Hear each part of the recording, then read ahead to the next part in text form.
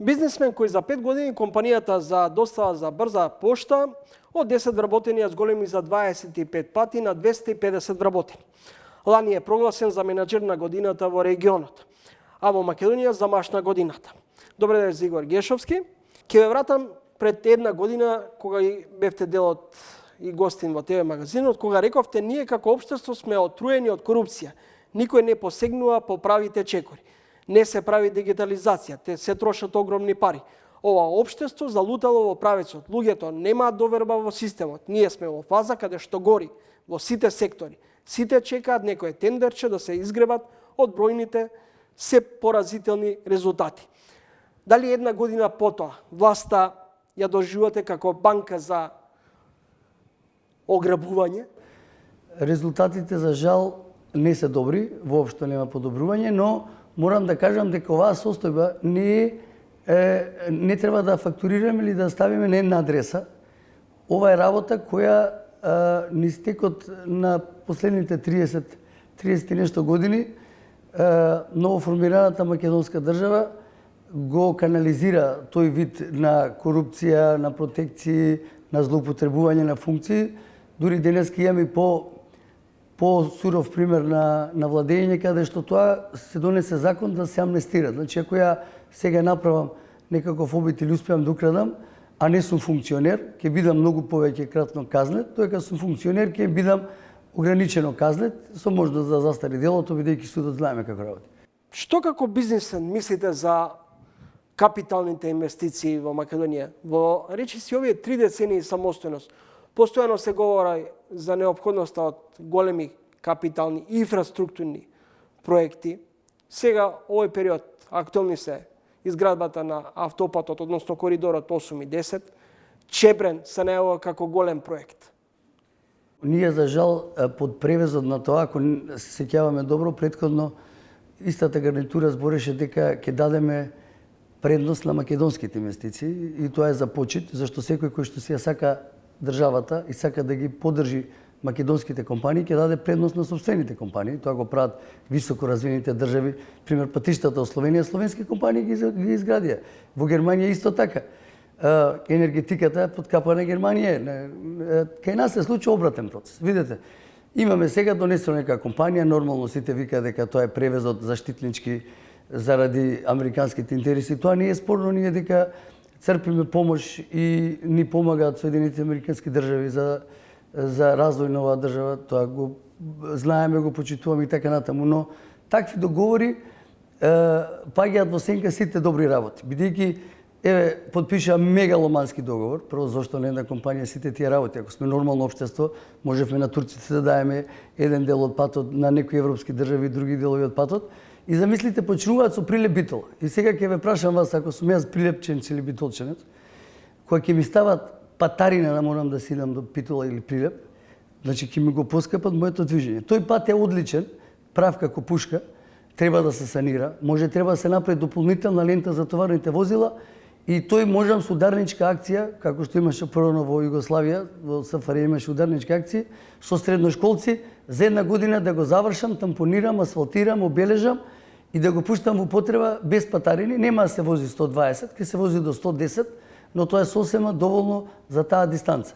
Господин Гешовски, велите дека странските компании се како заштитена мечка. Дали домашните компании се во подредена положба во однос на странските инвеститори? Па видете, вие имате сега еклатантен пример каде што го менувате законот, им давате можност, кршите редица собствени закони и правила, за да они можат да си работат и тоа, пазите, авансно плаќање. Јас тоа ви го кажам, значи луѓето наши што ги држат позициите, мислам дека тотално не разбираат за што станува збор. Затоа што и кога дојде ТАФ кај нас, на сметката на аеродромите имаше 8-10 милиони. Со 8-10 милиони има можност да почнат да градат нов аеродром, бидејќи компаниите први градат па им плаќаат и ред други работи. Тоа не се случува постојано и постојано. Мислам дека треба тотална реорганизација. Во однос на енергетиката спомнавте исто, Чебрен е стратешки важен објект за Македонија. Тука државата мораше да направи напор да биде под капата наша или да биде доминантен нашиот удел во тој проект, зашто државата може секогаш да најде полесно финансирање и кредитирање, Видовте колку отиде струјата сега.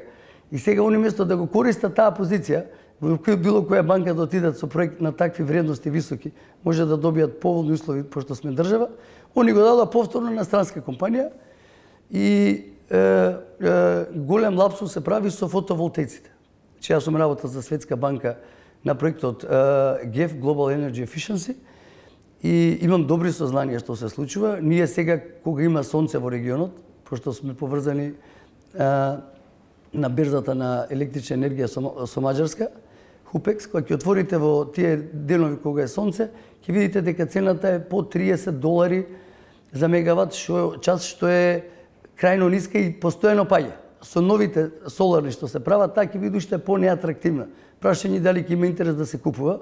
Државата не им ги отвара очите и мора да бидеме свесни дека ако не направиме батерии која може да акумулира неколку часа таа електрична енергија да искористиме кога ќе ни треба, кога се случува пик или нема сонце, тогаш државата од овој проект ќе биде исто како и марихуаната, ќе бидат луѓето неисплатливи. Влегуваат фондови, фондовите имаат друг интерес, тој што ги раководи фондовите дава пари на изведувачи подредени, има други интереси таму, но зборам за реален бизнис кој станува збор, ќе има таму голем проблем во иднина со фотоволтаиците и никој не отвара панел дискусија или како што вика на округла маса да седнеме кои се придобивките и така натаму. Господин Гешовски, ние сме увозно зависна држава. Во главном домашните компании во периодот, особено во времето на кризата, бара помош од државата, државата излезе во пресет со субвенции, но до кога фирмите и стопанството ќе сака да дрпа условно или вулгарно кажано од буџетот, а не да се обиде сама да се одржи на пазарот? Јас види добри теми погаѓате. Јас ќе ви кажам дека со кризата што настана, дополнителен терет се случи со војната во Украина. Тоа највише погоди Европа. Ние не успеавме да се снајдеме добро, но Македонија, како ние фокусот и тоа треба највише да ни интересира нас, Македонија, ако следите, касни буквално со сите реакции. Дали беше тоа, дали има маски за време на короната, дали субвенции за енергетиката, дали сега цените за храната.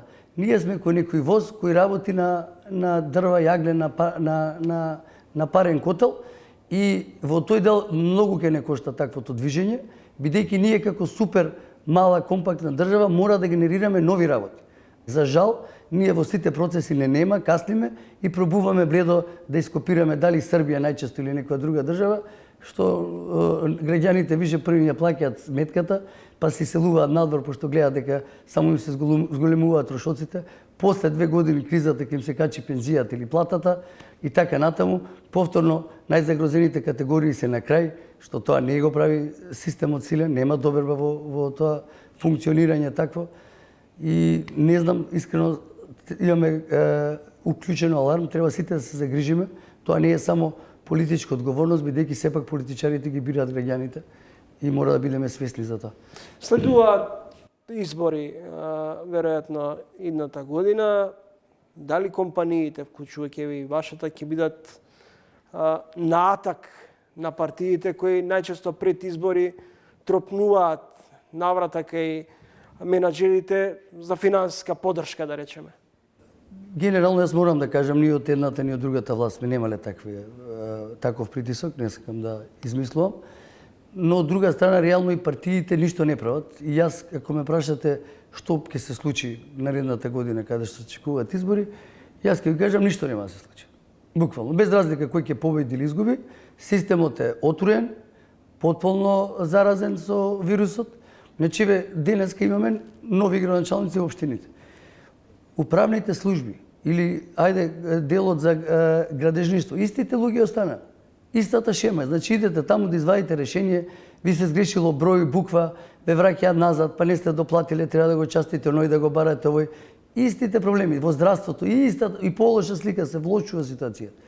Дали на државата е неопходен целосен рестарт на системот, па и можеби конечно освежување на политичката сцена? Вака кога ве слушам внимателно, како политичките елити да се менуваат на филмска лента, а нема никаков напредок. Видете, јас ќе ве замолам, тоа елити не сум согласен, значи далеку сме ние од политички елити. Јас би ги вброил луѓето кои ќе дојдат на функција, ќе заборават на приватните и партиските задачи, ќе се посветат на развој на државата. Ние до ден денеска не видовме таков профил на политичар. Значи, буквално, видите, нас странските амбасадори ни укажуваат дека овде постои сомнеж за корупција, дека овде имаме неадекватна одлука, дека имаме судство такво и такво, сега да не парафразирам што зборат амбасадорите. А кај нас не се и викаат зошто не се помешате во тоа, викаат ние не смееме да се мешаме во судството. Па вие како премиер на држава или председател или било кој орган друг, собрание и така натаму, вие мора да општите на народот, вие сте првите луѓе кои ви избрал народот, да му кажете дека алармна е ситуацијата во судскиот совет или било која институција каде што се повикува и мораме хитно да преземеме мерки, радикални чекори. До кога македонските граѓани ќе, па и стопанствениците, односно бизнис климата ќе биде постојано под во некаква состојба на постојано исчекување дека утре ќе биде нов ден и дека ќе биде подобро? Дали ние всушност имаме подолгорочна стратегија за круцијалните прашања? Па, вие многу мудро зборите. Значи, стратегијата е важна работа за секоја една држава. Ние до ден денес, барем во мојата меморија, не се сеќавам дека двете најголеми партии, зборам сега македонски, за жал што ги делиме уште кај нас и штета што дозволија да има македонски и албански партии, ако збориме за едно општество за сите што сите го прокламираат, ама за жал во реалност не е така. Таа подела нас ке не докречи. Не успеа за по ниедно стратешко прашање да донесат еден заклучок. По ниедно стратешко прашање. Ние во Македонија имаме сериозен екзодус на млади, паметни, способни луѓе и тоа е најголем проблем во моментот со што се содруваме. Од друга страна, дали тоа значи дека ние ќе се доведеме до ситуација и веќе се доведуваме веројатно од неопходноста да увезуваме работна сила? Ма не видите, тоа ние каслим, ја ви реков сега. Еве Србија гледате што при. Србија има сега поголем увоз на работна сила отколку излез на луѓе. И видите, никој да не му биде сомнително, зашто сите развиени држави во светот, еве Германија кој што е водечка економија во Европа, таа ако нема увоз на работна сила ќе пропадне, како држава ќе пропадне. Не може да ги спочитува договорите, не може да ги изгради своите патишта, не може да го држи општеството. Втора работа, Англија, гледате што се случи. Кога си замина со Брекзитот, кај нив се случи лом.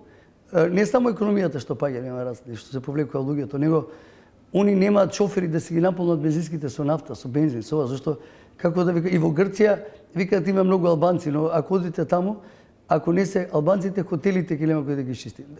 Тоа е сосема нормална работа поголемите земји, поразвините земји да земаат работна сила од други земји и ние треба да го следиме процесот.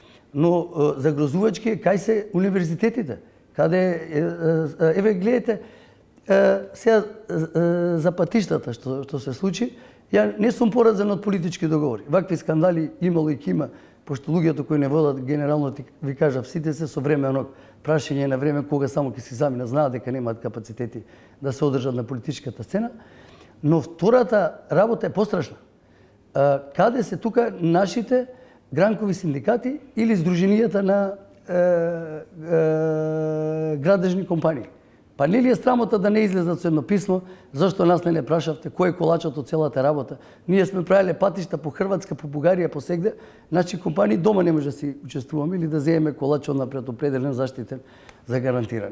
И тоа е за жал реалност, тоа се случи. Ви благодарам за гостувањето во емисијата.